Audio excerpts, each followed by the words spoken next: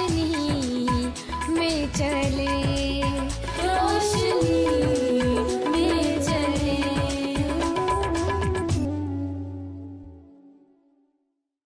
ناظرین، پروگرام کلام کی روشنی میں ہم آپ کو خوش آمدید کہتے ہیں۔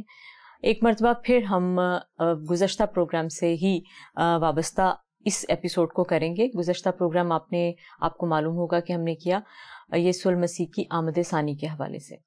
تو پروگرام کے وقت کو سامنے رکھتے ہوئے اس پروگرام میں بہت سی چیزیں ہم اس حوالے سے ڈسکس کر چکے، لیکن کچھ چیزیں جو رہ گئی ہیں آج کے اس ایپیسوڈ میں ہم کور کریں گے۔ اور آج کے پروگرام میں ایز یوزول ہمارے ساتھ پروفیسر پادری فریڈرک جان ہیں۔ ہم ان کے ساتھ مل کر اس حوالے سے کچھ چیزیں سیکھیں گے، اور وہ یسوع المسیح کی آمد ثانی کے حوالے سے کچھ اور حقائق جو ہیں وہ ہمارے ساتھ سامنے لائیں گے، اور کلام کی روشنی میں ہم ان چیزوں کو سیکھیں گے۔ بھائی صاحب، گزشتہ پروگرام میں ہم نے سیکھا یسوع المسیح کی آمد ثانی کے حوالے سے کچھ مخصوص چیزیں جو عام ذہن میں آتی ہیں۔ تو آج مجھے ایک اور خاص بات بتائیے اس حوالے سے کہ آمد ثانی ہوگی، اس کا انداز کیا ہوگا، کیا طریقہ کار ہوگا، کیا انداز ہوگا؟ لاسٹ پروگرام میں ہم نے اس بات کو تو کلام کی روشنی میں اس کو بالکل واضح کر دیا تھا۔ جی بالکل، کہ آمد ثانی تو بہر صورت ہوگی، ٹھیک۔ اور پھر 1000 سالہ بادشاہت پر ہی بات کرتے ہوئے میں کہا کہ 1000 سالہ بادشاہت بھی بہر صورت ہوگی، کیونکہ جب اس میں ہم نے مکاتب فکر کا ذکر کیا تو اس میں تھوڑی سی یہ بات ہوئی تھی کہ کچھ مختلف اسکالر جو ہیں وہ 1000 سالہ بادشاہت کے وقوع پذیر ہونے کے وقت کی بابت کچھ بحث ہے، لیکن اس بات پر کوئی بحث نہیں ہے کہ آمد ثانی ہوگی یا نہیں ہوگی، وہ ہوگی۔ لیکن ابھی جو آپ نے سوال کیا ہے کہ اگر یسوع مسیح کی آمد ثانی بہر صورت ہوگی تو اس کا طریقہ کار کیا ہوگا؟ طریقہ کار کی پر بات کرنا اس لیے بھی ضروری ہے کہ جو خداوند یسوع مسیح کی آمد اول کا طریقہ کار تھا وہ بڑا نیچرل تھا، اور ہم سب اس بات سے واقف ہیں کہ خداوند یسوع مسیح آمد اول کے وقت مجسم ہوئے اور مقدسہ باکرہ مقدسہ مریم کے بطن اطہر سے پیدا ہوئے، لیکن اب وہ پیدا نہیں ہوں گے، کیونکہ وہ ایک دفعہ جو پیدا ہوئے اور جو کام ان کے سپرد تھا وہ انہوں نے کیا اور وہ کر کے چلے گئے، اور جس پوری شخصیت کے ساتھ، کامل شخصیت کے ساتھ، جلالی اور روحانی بدن کے ساتھ آسمان پر اٹھائے گئے، اور فرشتے کا بیان ہم نے پچھلے پروگرام میں دیکھا تھا، ریکارڈ پہ لائے تھے کہ فرشتے نے کہا تھا کہ جس یسوع کو تم جاتے ہوئے دیکھ رہے ہو اسی طرح سے پھر یہ آئے گا، تو وہ بدن اس کا روحانی ہوگا، لیکن وہ پوری شخصیت کے ساتھ آئیں گے۔ اب پہلی شخصیت، پہلی آمد میں تو وہ بڑے حلیمی اور فروتنی کے روح میں رہے۔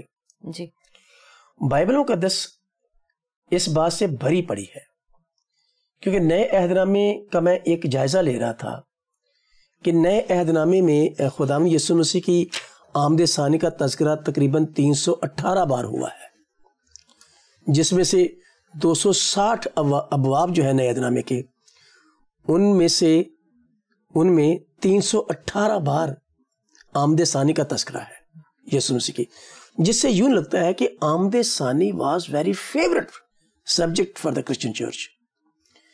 تو بائبل مقدس میں اس کثرت کے ساتھ یسوع مسیح کی آمد ثانی کا ذکر ہوا ہے، جس سے ہمیں پھر مختلف باتوں کا تذکرہ ملتا ہے کہ وہ کس طریقے سے آئیں گے۔ مثال کے طور پر اگر ہم تھسلنیکیوں کے نام لکھے ہوئے خط کا مطالعہ کریں، پھر یسوع مسیح کے اپنے بیانات پر غور کریں، جس کو بیان ہمیں متی کی انجیل میں، مرکز کی انجیل میں ملتا ہے۔ مثال کے طور پر متی کی انجیل کے 24 باب کی 30ویں آیت میں لکھا کہ ابن آدم کو تم لوگ بڑی قدرت اور جلال کے ساتھ آسمان سے بادلوں پر اترتے دیکھو گے۔ تو ایک تو طریقہ یہ ہے کہ وہ بادلوں پر آئیں گے، ٹھیک، جو پہلا ہمیں بیان ملتا ہے۔ پھر متی 16 باب کی 27ویں آیت میں لکھا ہے کہ ابن آدم اپنے باپ کے جلال میں اپنے فرشتوں کے ساتھ، اور 2 دفعہ لفظ یہاں پر اپنے کا استعمال ہوا ہے، اپنے فرشتے، اپنے باپ، اور یہاں پر باپ سے مراد خدا باپ ہے، ٹھیک، تو اپنے باپ کے جلال میں آئے گا اور اپنے فرشتوں کے ساتھ آئے گا۔ جی، تو 3 باتوں کا تذکرہ ابھی تک ہو گیا کہ بادلوں پر آئے گا، اپنے فرشتوں کے ساتھ آئے گا اور اپنے باپ کے جلال میں آئے گا. اور پھر متی کی انجیل اس کا 25واں باب اور اس کی 31ویں آیت میں لکھا ہے کہ جب ابن آدم اپنے جلال میں آئے گا, ٹھیک, باپ کا جلال, اپنا جلال, بادل, اپنے فرشتوں کے ہمراہ, صحیح, یہ ساری باتیں اس میں. اور پھر تھسلونیکیوں کے دوسرے خط میں پولس رسول نے پہلے باب کی 7ویں 8ویں آیت میں لکھا کہ وہ بڑکتی ہوئی آگ میں آئے گا, آگ کے شعلے میں آئے گا. اور جب لفظ قدرت اور جلال کا ذکر کیا جاتا ہے تو اس سے مراد یہ ہے کہ وہ ایک فرق انداز سے آئے گا. پہلے جیسے حلیمی, فروتنی, غریبی کی حالت میں آیا, اب وہ جلال میں آئے گا, وہ حشمت کے ساتھ آئے گا, بالکل ٹوٹلی اپوزٹ وہ ہو جائے گا, قدرت کے ساتھ آئے گا, کیونکہ وہ ایک فرق کام کرنے آ رہا فرق ہے, کام کے لیے آئے وہ دنیا کی عدالت کرنے آ صحیح. رہا ہے. اور پھر وہ ہم نے سعود کا ذکر کرتے ہوئے, یسوع مسیح کے سعود کا ذکر کرتے ہوئے ہم نے فرشتے کے بیان کو بیس بناتے ہوئے کہا کہ وہ جسمانی صورت میں آئے گا, لیکن وہ جسم جو ہے وہ جلالی ہوگا, وہ ریزریکٹڈ ہوگا, اور وہ روحانی جسم جس کے ساتھ وہ گیا تھا اسی کے ساتھ آئے گا. پھر تھسلونیکیوں کے خط کے پہلے تھسلونیکیوں کے خط میں 4 باب کی 16ویں آیت میں پولس لکھتے ہیں کہ وہ بڑی للکار اور مقرب فرشتے کے ساتھ آئے گا. تو یہ سارا ایک بڑا سما ہے جس میں فرشتے ہیں, جس میں قدرت ہے, جس میں جلال ہے, جس میں حشمت ہے, اور وہ بادلوں پر سواری کرتے ہوئے آئیں گے. اور پھر جو مقدسین آلریڈی آسمان پر چلے گئے ہیں, جن کی تصویر ہمیں مکاشفہ کی کتاب کے 7ویں باب کی 9ویں آیت میں ملتی ہے کہ جہاں پر ایک بڑی بھیڑ نظر آتی ہے جو سفید جامے پہنے ہوئے ہیں, اور ان کے بارے میں کسی نے پوچھا کہ یہ کون ہے, تو بتانے والے نے کہا کہ یہ وہ ہیں جنہوں نے اپنے جامے برے کے خون سے دھو کر سفید کیے ہیں, یہ وہ مقدسین ہیں. اور تھسلونیکیوں کے پہلے خط کے 3 باب کی 13ویں آیت میں پولس رسول نے کہا کہ وہ اپنے مقدسین کے ساتھ آئے گا. فرشتے ہوں گے, مقدسین ہوں گے, قدرت ہوگی, حشمت ہوگا, جلال ہوگا, مقرب فرشتے ہوں گے. اور مرکز کی انجیل اس کا 13واں باب اس کی 26ویں آیت میں لکھا ہے کہ سب کچھ اچانک ہوگا, جب اس دنیا کے لوگوں کو وہم و گمان بھی نہیں ہوگا. لوگ اپنے اپنے کاروبار میں لگے ہوں گے, کوئی آفس جا رہا ہے, کوئی اپنے بزنس پہ جا رہا ہے, کوئی بچوں کو اسکول چھوڑنے جا رہا ہے, اور آنن فانن وہ لکھا ہے کہ وہ اچانک اس کا آنا ہوگا. لیکن وہ پلان اپنے پلان کے مطابق آئے گا, لیکن دنیا کے پلان کے مطابق نہیں. دنیا تو اپنے پلان کے مطابق کام کر رہی ہوگی, لیکن اس کی آمد اس کے پلان کے مطابق ہوگی. چونکہ ہمیں اس بات کا گمان نہیں ہوگا, اس لیے ہم نے کہا کہ اس کی آمد اچانک ہوگی. ٹھیک. بھائی صاحب, یہ آپ کہہ رہے ہیں کہ یہ آنن فانن یا اچانک ہوگا, لوگ اپنی اپنی زندگی کے کاموں میں مشغول ہوں گے اور کسی کو اس وقت کا اندازہ نہیں, لیکن کیا کوئی ویزیبل نشانیاں ایسی ہیں جن کو دیکھ کر انسان خود کو تیار کر سکے, یا لوگوں کو احساس ہو کہ اب وقت قریب ہے یا دوسری آمد خدا کی؟ اب دیکھو, یہ سوال آپ کا بڑا جینون اور بڑا پریکٹیکل ہے, کیونکہ یہ بات ہونا اور اس بات کو سننا تھوڑا سا گھبراہٹ کا باعث بنتا ہے کہ اگر اس کی آمد اچانک ہو جائے ہاں, اور ہمیں خبر بھی نہ ہوگی تو پھر یہ تو خطرناک بھی ہو سکتا ہے, اور جنہوں نے تیاری کی ہے وہ ان کے لیے بابرکت بھی ہو سکتا ہے. تو یہ سوال بڑا جینون ہے اور یہ بڑا پریکٹیکل نیچر کا ہے. دیکھو, خداوند یسوع مسیح نے جب اپنی آمد ثانی کا ذکر کیا اور جب پولس رسول نے اس کے اوپر اپنا تشریحات لکھی, تھسلونیکیوں کے کلیسیا کو خط لکھتے ہوئے, اور دیگر مصنفین نے بھی اس کو اپنا موضوع بنایا مختلف موقعوں پر, تو اس میں نہ صرف انہوں نے آمد ثانی کا تذکرہ کیا, نہ صرف اس کے طریقہ کار پر بات کی کہ یسوع مسیح کی آمد ثانی کیسے ہوگی, وہاں پر انہوں نے کچھ ویزیبل نشانات بھی طے کر دیے کہ اس طرح کے حالات ہوں گے, یہ دنیا میں چیزیں واقع ہوں گی, تو آپ سمجھ لینا کہ اس کی آمد قریب ہے. اور ان نشانات کو تو ہم یہاں سے پوائنٹ آؤٹ کریں گے جن کا تذکرہ یسوع مسیح نے کیا, پھر رسولوں نے کیا. لیکن ہر دفعہ جب بھی یسوع مسیح نے تذکرہ کیا نشانات کا, رسولوں نے نشانات کا تذکرہ کیا, اس کے اینڈ پہ جس بات پر زور دیا گیا وہ یہ تھی کہ نشانات پر غور تو کرو, لیکن زیادہ ضروری ہے کہ آپ اس کے لیے تیاری کرو, دعا کرو, جاگتے رہو اور ہوشیار رہو. تو تیاری کا جو عمل ہے وہ زیادہ فوکس کیا گیا ہے اس میں کہ یسوع مسیح کی آمد ثانی بہر صورت ہوگی. پھر اس کا طریقہ بھی واضح کیا گیا ہے اس میں, اور پھر اس کی نشانیاں بھی. مثال کے طور پر میں آپ کو بتاتا ہوں کہ خداوند یسوع مسیح نے جب متی کی انجیل کے 24 باب میں جو ایک خدا یسوع مسیح کا بیان ریکارڈ ہوا ہے. اگر آپ وہ دیکھیں میرے ساتھ, ہم یہاں سے پڑھ سکتے ہیں تھوڑا سا. متی رسول کی معرفت لکھی گئی انجیل, اس کا 24واں باب اور اس کی 5ویں 6 اور 7ویں آیت میں خداوند یسوع مسیح کا بیان بڑا واضح ہے اس کے اوپر. یسوع نے جواب میں ان سے کہا, خبردار کوئی تم کو گمراہ نہ کر دے, کیونکہ بہتیرے میرے نام سے آئیں گے اور کہیں گے میں مسیح ہوں. اور بہت سارے ایسے لوگ ہمارے زمانے کی تاریخ میں گزرے ہیں جنہوں نے اپنے مسیح ہونے کا دعویٰ کیا اور ہمارے اپنے ملک میں مرزا غلام احمد قادیان نے کر دیا تھا دعویٰ.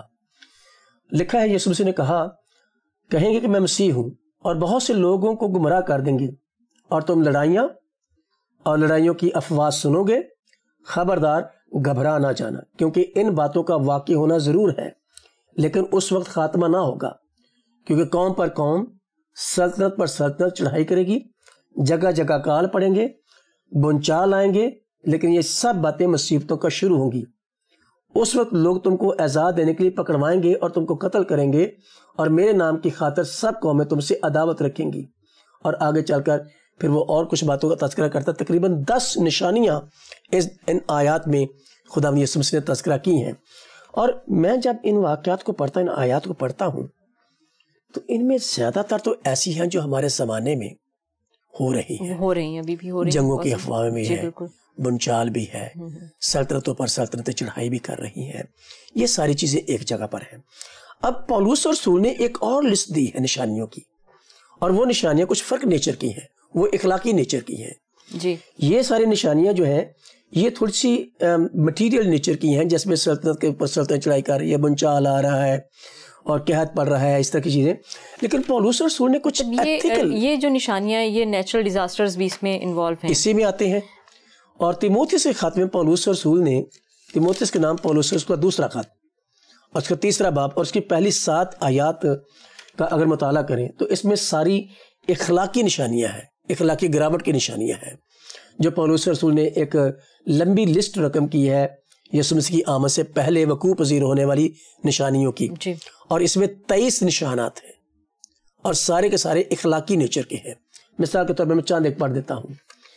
3 باب کی پہلی آیت میں لکھا ہے, لیکن یہ جان رکھ کہ اخیر زمانے میں برے دن آئیں گے, کیونکہ آدمی خود غرض, زر دوست, شیخی باز, مغرور, بدگو, ماں باپ کے نافرمان, ناشکر, ناپاک, طبعی محبت سے خالی, سنگ دل, تہمت لگانے والے, بے ضبط, تند مزاج, نیکی کے دشمن, وغیرہ وغیرہ وغیرہ.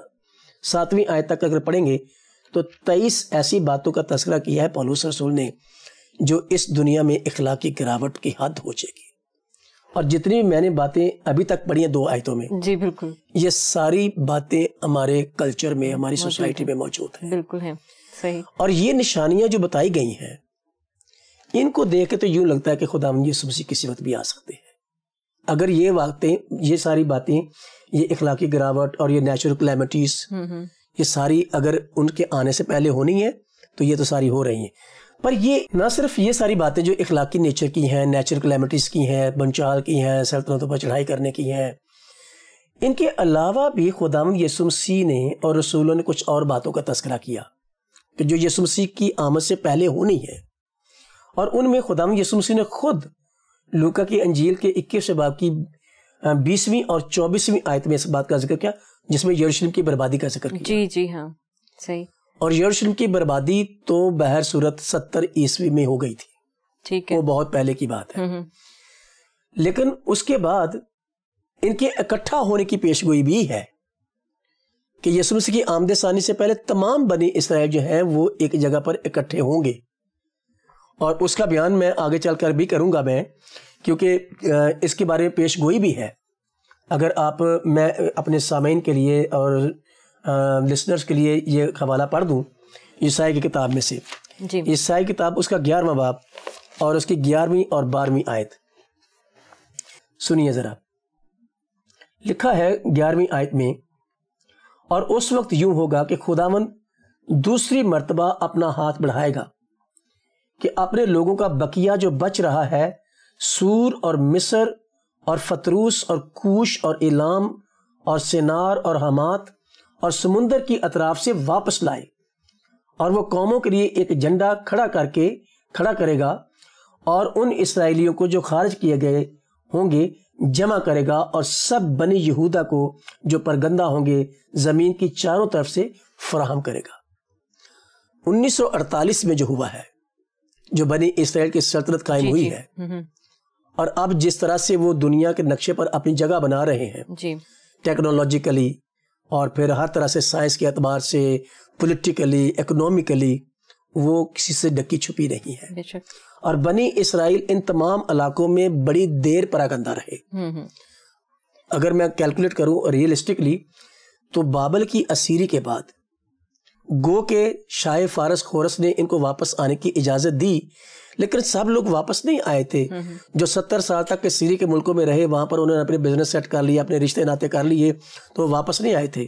لیکن 1948 میں جب سلطنت اسرائیل، جو اسرائیل کی حکومت بنی ہے، اس وقت کی تاریخ کو اگر آپ اٹھا کے دیکھیں تو پوری دنیا سے جہاں جہاں اسرائیلی تھے وہ سب فوراً اسرائیل پہنچے تھے۔ رشیا سے بہت سارے یہودی واپس چلے گئے، چائنا سے بہت سارے یہودی واپس چلے گئے، انڈیا سے بہت سارے یہودی واپس گئے۔ تو یہ جو پیش گوئی یسایا نبی کی ہے کہ یسوع مسیح کی آمد سے پہلے یہ سارے یروشلم تو بربادی کی پیش گوئی ہوئی، یسوع مسیح نے کی، وہ ہو گئی، اور اس وقت بھی پراگندگی ہوئی۔ لیکن اب 1948 میں جو بنی اسرائیل کی سلطنت کا قیام ہے، وہ یسوع مسیح کی آمد ثانی کے لیے ایک نشانی تھی کہ وہ دوبارہ بحال ہوں گے، اور وہ ہو چکے ہیں۔ پھر اس کے بعد ایک اور جو نشانی جو متی کی انجیل کے 24 باب کی 14ویں آیت میں ہے، اس میں ساری دنیا میں مسیح کی خوشخبری کی منادی کی بات کی جاتی ہے کہ یسوع مسیح کی آمد سے پہلے یسوع مسیح کی جو خوشخبری ہے، نجات کی خوشخبری جو ہے، وہ پوری دنیا میں ہوگی۔ میں اس وقت ہم چونکہ ریکارڈ پہ ہیں، ممکن ہے کوئی میرے ساتھ اختلاف بھی کر سکتا ہے، کوئی کرے گا بھی، ہو سکتا ہے، لیکن میری اپنی یہ رائے ہے کہ جس ٹیکنالوجیکل ایڈوانسمنٹ کے دور میں ہم رہ رہے ہیں، جہاں پر انٹرنیٹ، میڈیا اتنا فاسٹ ہے، اب مجھے لگتا ہے کہ جو جزیرے ہیں دور دراز علاقوں میں، وہاں پر بھی یہ انٹرنیٹ کام کر رہا ہے، بالکل، اور جہاں جہاں پر یہ میڈیم ہے، خداوند یسوع مسیح کی منادی وہاں ہو رہی ہے۔ تو مجھے لگتا ہے کہ یروشلم کی بربادی بھی ہو گئی، بنی اسرائیل اکٹھے بھی ہو گئے، اور ساری دنیا میں منادی بھی ہو چکی۔ مخالف مسیح کی آمد کا تذکرہ تھسلونیکیوں کے خاتمے پولس رسول نے کیا تھا، یہ بہت بڑی نشانی تھا۔ اور ابھی جو الومناٹی کا نظریہ اور جو عقیدہ چل رہا ہے، جو ایک گروپ چل رہا ہے، وہ اتنا زور پکڑتا جا رہا ہے، اور 666 کا جو ڈیجٹ وہ کلائیوں میں لگانے کا اور ساری چیزیں کرنے کا اور ٹیٹو بنانے کا، یہ ساری چیزیں کسی نہ کسی صورت میں مخالف مسیح کی روح میں چل رہی ہیں۔ مجھے تو یوں لگتا ہے کہ جو پاسبلی جو نشانیاں بائبل مقدس میں ان کی آمد ثانی کے لیے ذکر ہوئی ہیں، وہ کسی نہ کسی حد تک تکمیل پذیر ہو رہی ہے۔ اب ضرورت اس چیز کی ہے کہ کیا ہم ان نشانیوں کی طرف دیکھتے رہیں، یا کہ یسوع مسیح کی جو فائنل اور اصل ہدایت تھی اس پر نظر کریں، جس میں اس نے کہا تھا بس جاگتے اور دعا کرتے رہو اور اپنے آپ کو تیار کرو۔ اور یسوع مسیح کی آمد ثانی مجھے یاد پڑتا ہے کہ جب 1990 اور 2000واں سال مکمل ہو رہا تھا تو پوری دنیا میں بڑا چرچا تھا، اور جو ڈسپینسیشنلسٹ تھے، ادواریت پسند تھے، وہ لوگ بڑے جوش میں تھے کہ اب یہ دنیا کا 7واں ہزار سال شروع ہو رہا ہے، اور یہ 7واں ہزار سال جو ہے وہ یسوع مسیح کا ہے، ابھی یسوع مسیح آ جائیں گے اور یہ 7واں ہزار سال جو 1000 سالہ بادشاہ ہے وہ شروع ہوگی۔ لیکن وہ ایسا نہیں ہوا۔ اس کے بعد یہ مضمون لوگوں کی توجہ سے ہٹ گیا ہے، اور مجھے کچھ نیٹ پر کسی بڑے کرسچن لیڈر کی بھی ایک سٹیٹمنٹ سامنے آئی، جس میں بہت ہی عجیب و غریب بات کی گئی کہ یسوع مسیح کی آمد ثانی کوئی نہیں ہونی۔ تو اس قدر لوگ بے حس اور ڈر گئے ہیں کہ پتہ نہیں یہ کیا بات ہے، یہ 7واں ہزار سال تو سوچ رہے تھے یسوع مسیح کا ہے، لیکن وقتوں کا اس نے کوئی ذکر نہیں کیا۔ ایگزیکٹلی، وقت اور میعادوں کا اس نے ذکر ہی نہیں کیا۔ یہ لوگوں نے کیسے سوچ لیا کہ یہی 1000واں سال ہے جو یسوع مسیح کا ہے، یہ اس کا وقت ہے، ہماری کیلکولیشن نہیں ہے۔ یسوع مسیح سے جب پوچھا گیا تو اس نے کہا جن وقتوں اور میعادوں کو باپ نے اپنے اختیار میں رکھا تمہارا جاننا کام نہیں ہے، ہم اس پر فیصلہ کر کے غلطی کر رہے ہیں، جو اس کے اختیار میں وہ اس نے کرنا ہے۔ وہ اس کو کرنے دو. صحیح. آپ کو جو کرنا ہے وہ یہ ہے کہ آپ تیاری کریں, اس کی آمد ثانی بہر صورت ہونی ہے, نشانیاں بہر صورت پوری ہو رہی ہیں, اور 1000 سالہ بادشاہ بھی بہر صورت ہونی ہے. لیکن اصل کام سے ہم ہٹ کے ان باتوں کی طرف لگے ہوئے ہیں جو ہمیں نہیں کرنی چاہیے اور لوگوں کو گمراہ نہیں کرنا چاہیے. اور ہمیں اس کام میں لگے رہنا چاہیے جو یسوع مسیح نے کہا کہ جاگو اور دعا کرو اور آمد ثانی کے لیے تیار ہوں, کیونکہ وہ کسی وقت بھی آ جائے گا. صحیح. شکریہ بھائی صاحب, آپ نے کافی بہتر طریقے سے کھول کے ہر چیز کو واضح کیا. نشانیاں مختلف طور سے جو ہیں, جو ویزیبل بھی ہیں, اور ہم ان کا جائزہ لے سکتے ہیں اور اپنے آپ کو تیار کر سکتے ہیں. ایک سوال یہ ہے, چھوٹا سا سوال ہے سر, کہ یہ کہاں ہوگی؟ اس کے بارے میں کوئی ابہام نہیں ہے, اس لیے کہ جو بات بائبل مقدس میں آ گئی ہے اس کے اوپر دوسری رائے کوئی نہیں ہے. تفسیروں میں جا کر کوئی کچھ بھی کہہ سکتا ہے, کوئی اس کو اسپرچولائز کر سکتا ہے, کوئی اس کو لٹرلی لے سکتا ہے. لیکن بائبل مقدس نے اس کے بارے میں بالکل واضح طور پر پرانے عہد نامے میں جیسے پیش گوئیوں کا ذکر کر رہا ہوں میں, تو یسوع مسیح کی آمد ثانی کی بابت بہت ساری پیش گوئیاں ہیں. اور یہاں پر میں اپنے ناظرین کے لیے ایک حوالہ پڑھنا چاہتا ہوں. جتنے بھی مسیحی علماء ہیں وہ بغیر کسی اختلاف کے اس بات پر متفق ہیں. زکریا نبی کا صحیفہ اس کا 14واں باب اور اس کی 4تھی آیت میں لکھا ہے, اور اس روز وہ کوہ زیتون پر جو یروشلم کے مشرق میں واقع ہے, اور اس کا باقاعدہ محل وقوع بیان کیا گیا. اور اگر باقی پیش گوئیاں ہو بہو پوری ہوئی ہیں تو یہ پیش گوئی بھی اسی طرح ہی سے پوری ہوگی جیسا سے ان کی آمد اول کے بارے میں اور آمد ثانی کے بارے میں پوری ہونے کو جا رہی ہیں. اور کوہ زیتون بیچ سے پھٹ جائے گا اور اس کے مشرق سے مغرب تک ایک بڑی وادی ہو جائے گی, کیونکہ آدھا پہاڑ شمال کو سرک جائے گا اور آدھا جنوب کو.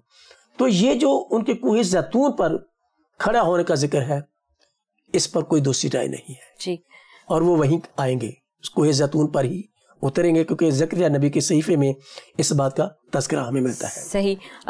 میں بھائی صاحب ایک اور چیز جاننا چاہوں گی کہ ان تمام نشانیوں اور ان تمام باتوں کو سامنے رکھتے ہوئے یہ آلموسٹ اینڈ ہے دنیا کا, مطلب بالکل اختتام کی طرف جاری. تو آپ کیا سوچتے ہیں کہ کیا انجام ہوگا بنی اسرائیل کا, مسیحی قوم کا, دیگر اقوام کا, اور نیچر کا, یعنی کائنات کی دیگر جو مخلوقات ہیں وہ سب چیزیں انجام کی طرف جائیں گی؟ کیا آپ سوچتے ہیں ان سب چیزوں کو؟ دیکھو تبدیلی کیا واقع ہوگی, تو اس میں لکھا ہے تھسلونیکیوں کے خط میں, میرے پاس حوالہ جات لکھے ہوئے سارے پڑھ نہیں سکتے ہم, لیکن تھسلونیکیوں کے پہلے خط کے 4تھے باب کی 13ویں سے 18ویں آیت کو اگر پڑھیں تو لکھا کہ مسیح کی آمد پر مسیحی ایماندار مردے جی اٹھیں گے.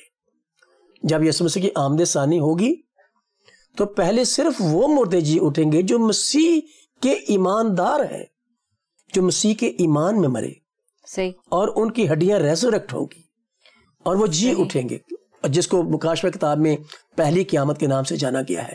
یہ وہ پہلی قیامت ہوگی, اور جو اس زمین پر زندہ ہوں گے وہ بدل جائیں گے. ان کی باڈیز, یہ جو نیچرل باڈی ہے دیٹ ول بی ٹرانسفارمڈ, اور پھر وہ اڑ کر یسوع مسیح کا استقبال کریں گے. ان باڈی سے ساتھ تو نہیں اڑ سکتے آپ. ٹھیک. اور دیگر اقوام جو ہے وہ اس وقت تک پڑی رہیں گے جب تک کہ وائٹ تھرون ججمنٹ نہیں ہوتی.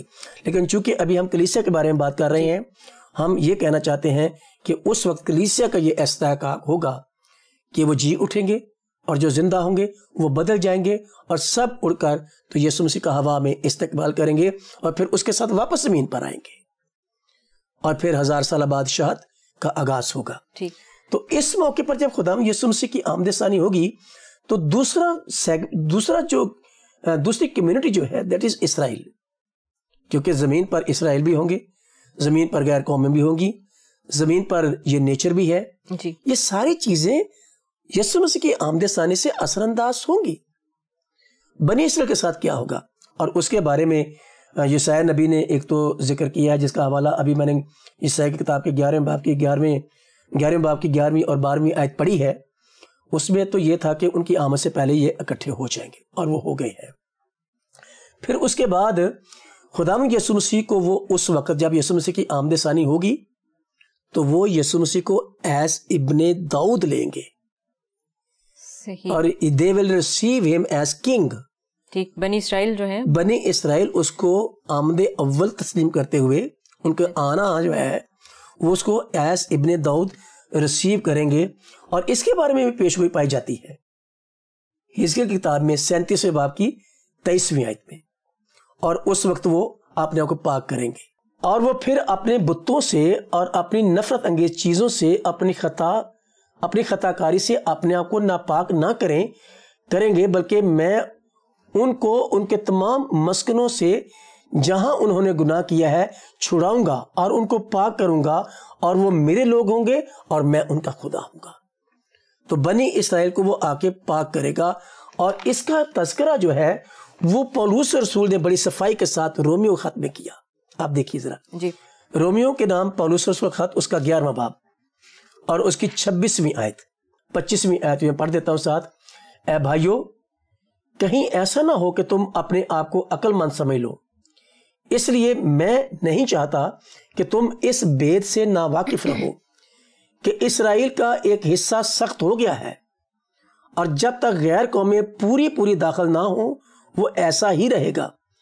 اور 26ویں آیت میں لکھا ہے، اور اس صورت سے تمام اسرائیل نجات پائیں گے، چنانچہ لکھا ہے، چھڑانے والا سیون سے نکلے گا اور بے دینی کو یعقوب سے دفع کرے گا، اور ان کے ساتھ میرا یہ عہد ہوگا جبکہ میں ان کے گناہوں کو دور کر دوں گا، اور خداوند یسوع مسیح ان کو پاک ٹھہرائے گا، اور وہ اس کو ابن داؤد کی طرح کا بادشاہ تسلیم کر کے اس کے ساتھ رہیں گے۔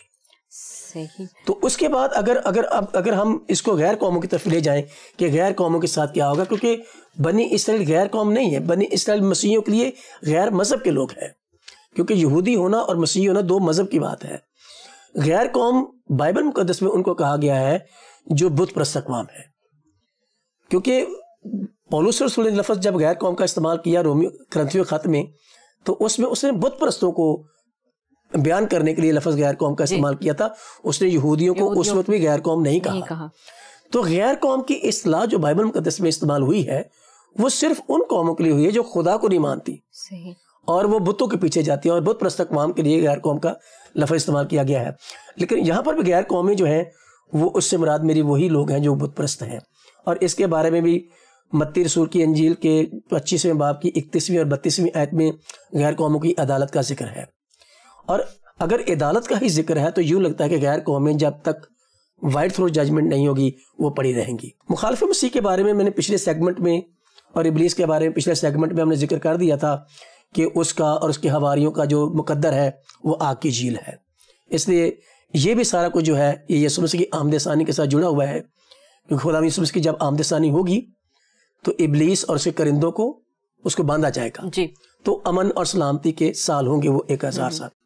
بھائی صاحب میں معذرت چاہوں گی، دراصل پروگرام کی ریکوائرمنٹ جو ہے اس حوالے سے ہمارا ٹائم جو ہے وہ بہت لمیٹڈ ہے، تو میں چاہوں گی کہ بہت خوبصورت آپ اس ساری چیز کو بڑے خوبصورتی سے آپ بیان کریں، تو میں چاہوں گی کہ اس کو کنٹینیو کیا جائے، لیکن ہم ایک اور ایپیسوڈ کریں گے اپنے ناظرین کے لیے تاکہ وہ ان چیزوں کو اور بہتر طریقے سے اور اچھے طریقے سے سیکھ سکیں۔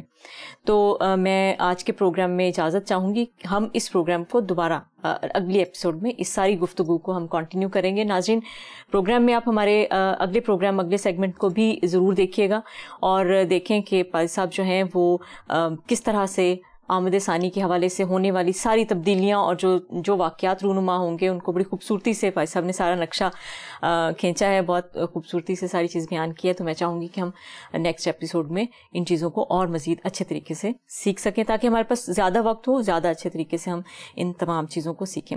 تو آج کے پروگرام میں ہم آپ سے اجازت چاہیں گے۔ پروگرام کلام کی روشنی کی ٹیم کو اپنی دعاؤں میں یاد رکھیے گا۔ خدا حافظ۔ آؤ ہم خداوند کی روشنی میں چلے۔